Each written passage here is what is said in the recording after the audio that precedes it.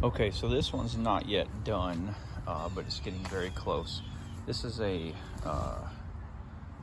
Kinroad, and the model is a Magnum 2 XT110 GK-2 Run Master 2. So this is a cart I picked up. It originally had a small 110cc engine with a gearbox. So supposedly it had forward and reverse. Problem was there was no shifter, there was nothing on this cart, just the engine. It was missing some parts, a gear, the chain was gone. Actually the sprocket was, the bolts were broken off that hold it, so it was just kind of dangling there. So yeah, ultimately I decided, and I couldn't find schematics. That was the other problem, to get it running even. I couldn't find schematics for it, so I decided to cut off the frame, which there was a frame from, you can kind of still see some of the remnant right there.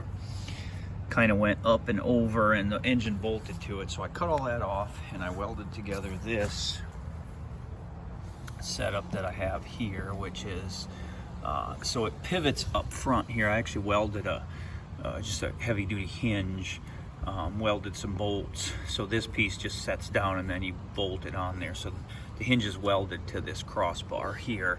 And then in the back, I actually took the adjuster off of the original setup. So I welded it there and then here. So when I get the chain and the clutch, I'll be able to adjust this to make it the right tension. And so as you can see, there's the gear. There's no clutch, there's no chain. I don't have a clutch yet for this. And I'm also still waiting, it should be here later on today, the brake caliper. Brake master cylinder mounts up here. There's the cable that runs it.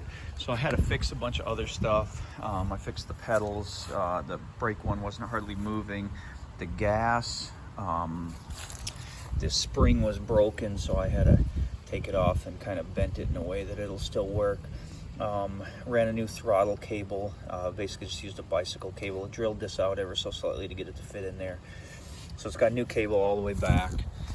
This cable for the brake I took off, lubricated the heck out of it, got it working back and forth a whole bunch, and so it should be smooth. And it's full of the tube is actually full of oil all the way down there now, so it should continue to run smooth. Put new tires on the front. These are just old lawnmower tires on the back. The rears have tubes in them. The fronts do not. Wired. So it has this 5 wire actually ignition switch from the factory. That one that was in it was garbage. This little plastic thing right here was actually set up so that it holds water, which I thought was pretty genius. So anyway, all the switches just drown. So I drilled some holes in the bottom of it so it won't happen again. But anyway, I ordered a new ignition switch. All I'm using is the 2 contacts that make contact when you turn it off. That grounds out the coil to the engine. So basically all that is right now is an on-off. Eventually I will take the power side and feed. I'll run some I'll put a battery on here and we'll run some lights and stuff. This is gonna be the kids' cart for a while, I suspect. So has a nice seat, nice harnesses. It has rear suspension, it does not have front suspension. So one of the other issues I ran into when I'm out of this engine, for anyone who might be looking into doing this on one of these older carts, in addition to the hassle of obviously building a cradle that would move, which you could make it a little lower. So I just used some angle iron I had here. If you used flat steel, you could probably have this engine down about 1.5 inches, give or take. I mean, to be honest with you, if you really were concerned about height clearance, you could actually even build a cradle that basically put your hinge on the bottom and have it sit so it sits not far above this axle. I mean, there's no reason not to, and it keeps your center of gravity lower because the engine sits lower. My issue was, this is what I had laying around, and I didn't think about it until after I had built it. Well, basically I didn't really think about it until just now, actually, to be honest with you, how you could get this lower. So as you can see, I mounted the gas tank up here, and it's just held by straps right now. I'm gonna figure out something a little better. Probably actually get a different tank, because the original tank mounted right here, and that may be what I do again. But ultimately I couldn't run the tank on top because it wouldn't fit in here, and especially even now with the tank gone, it hits the air box, so when the suspension is compressed. So I also, as you can see, flipped the muffler over. You could do this. I had to kind of modify this gasket to get it to cover the hole.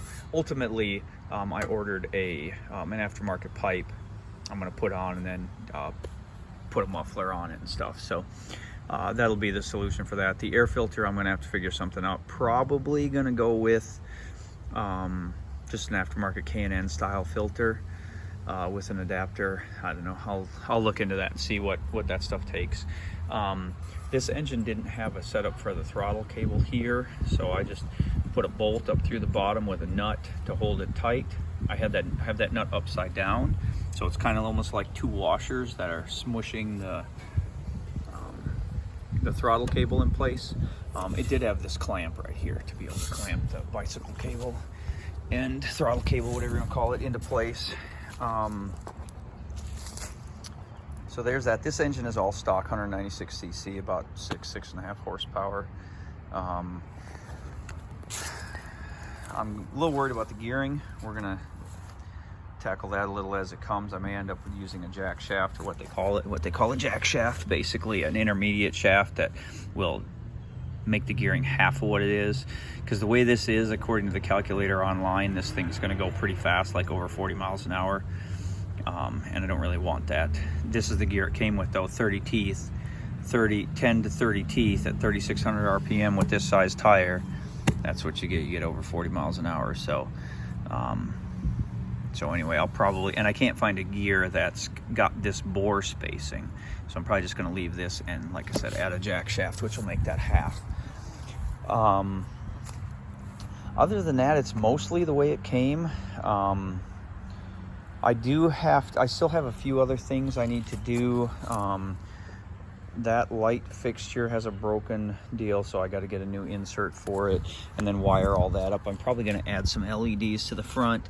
This tire here I'm going to have to take off and do some cleanup. This was sitting in the dirt from the guy I bought it from. It didn't have this front wheel on it, and this is all rusted, so the tire doesn't go on very nicely. So I'm going to work on that too.